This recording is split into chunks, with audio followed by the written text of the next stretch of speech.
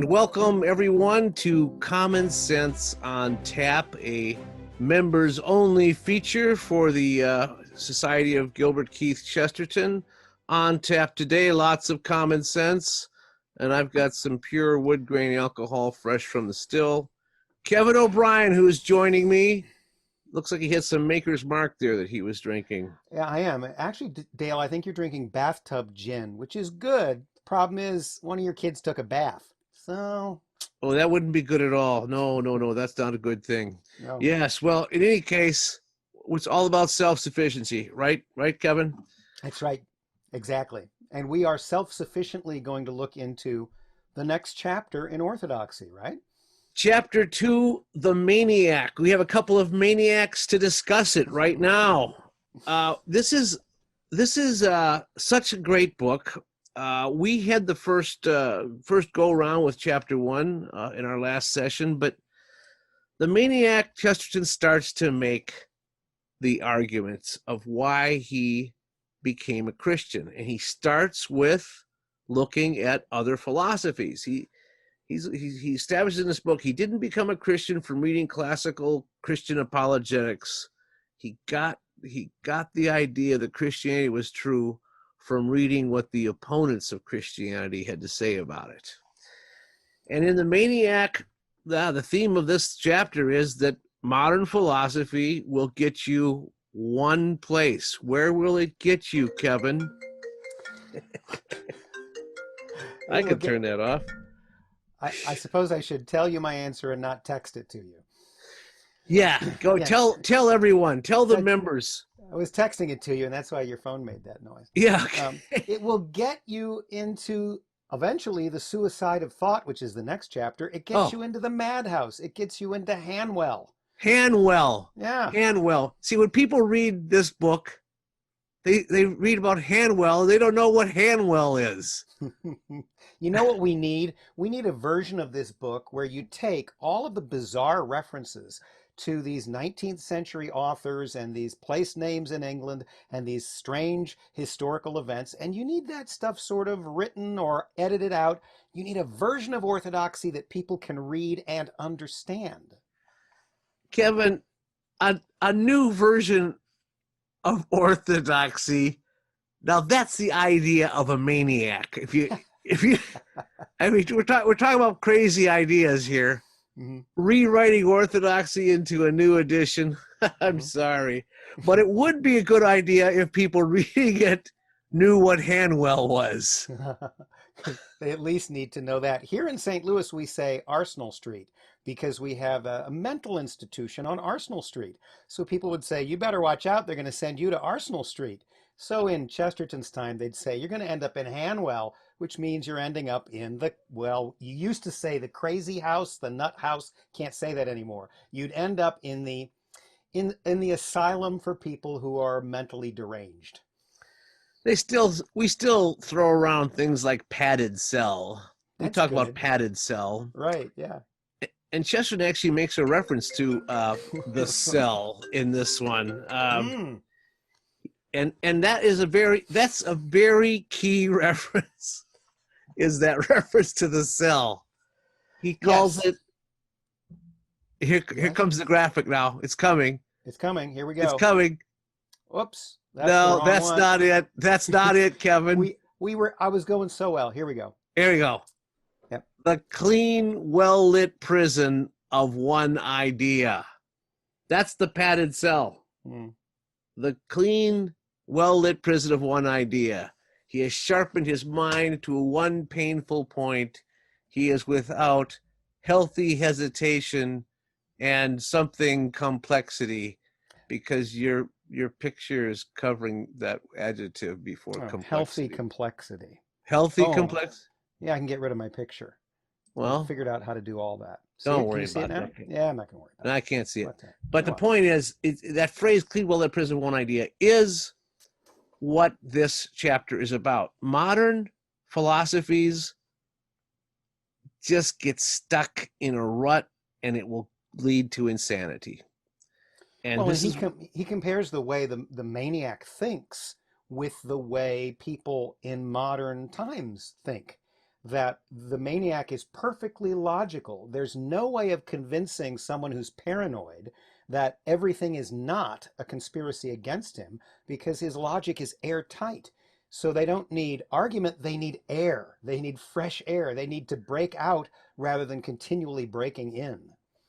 And that point he makes about if you use only logic and only reason, yet you get stuck in this circle that you can't get out of. You're not connected to reality anymore. There's something else you need besides pure logic, besides pure reason. In fact, he says the madman is not the man who's lost his reason. The madman's the man who's lost everything except his reason. When people read that, Kevin, for the first time in Orthodoxy, they're usually troubled. They're usually troubled. They say, well, that's just the opposite of what I thought madness was. But it's true. And of course, Chesterton, as the master of paradox, shows us these things that appear to be self-contradictory, but they're not. And of course, he elaborates on that a little bit more here in this other quote that I'm going to try to show you all of. So a healthy person, his spiritual sight is stereoscopic like his physical sight. He sees two different pictures at once, and yet he sees all the better for that. Thus he has always believed that there was such a thing as fate, but such a thing as free will also. Thus he believed that children were indeed the kingdom of heaven, but nevertheless ought to be obedient to the kingdom of the earth. He admired youth because it was young, and age because it was not. It is exactly this balance of apparent contradictions that has been the whole buoyancy of the healthy man. And that's kind of Chesterton.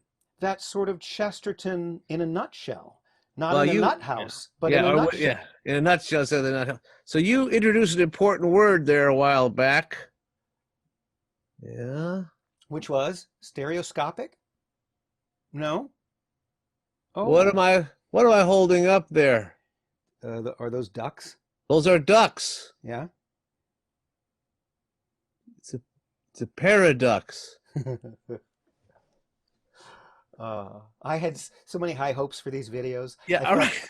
They were going to be intellectual. No, you said the word paradox. It's my fault. And but that's the whole point. That was Chesterton's introduction to us right there in this chapter on the Maniac, of why we need a paradoxical understanding of the truth. Otherwise, you get stuck in that clean welded prison of one idea. You need a balance to ideas, and two ideas which might seem to contradict each other, but what we get from those two ideas is a stereoscopic spiritual vision. We see with two eyes, two different pictures, but we see better because we see two different pictures at once. That is the essence of paradox.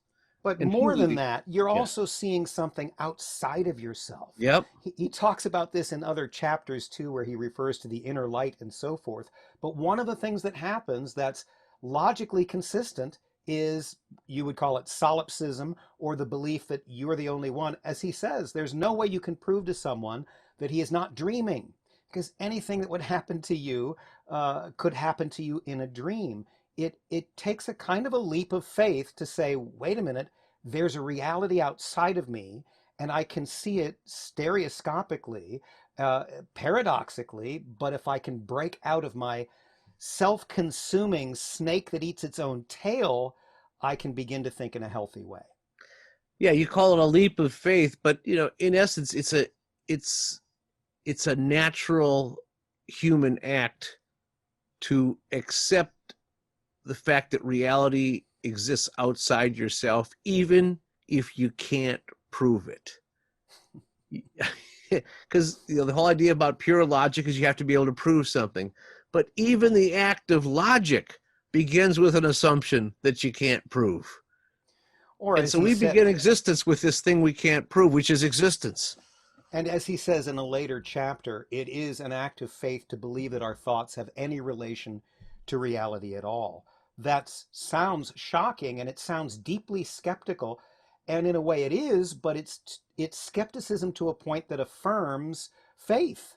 Yeah. And in a way, Chesterton is a bold enough thinker that he's not afraid to pursue skepticism and doubt all the way to the end. Most skeptics are sort of halfway there. They don't want to go all the way, but he does. And when he comes out the other end, he comes out to the fresh air of faith and the stereoscopic sight that appreciates reality. So Chesterton has gotten us the first step towards orthodoxy. And interesting enough, the first step towards orthodoxy was in Hanwell, or what was it? Arsenal Street. Arsenal Street. Yeah. The madhouse is the first way we get to Christianity. Okay, that's a good paradoxical beginning. I think we have to sign off and say we'll do chapter 3 next week. The suicide of thought. It's going to get worse before it gets better. So thank you for joining us, everyone, and we'll look forward to going more with orthodoxy next week with Common Sense on tap. God bless.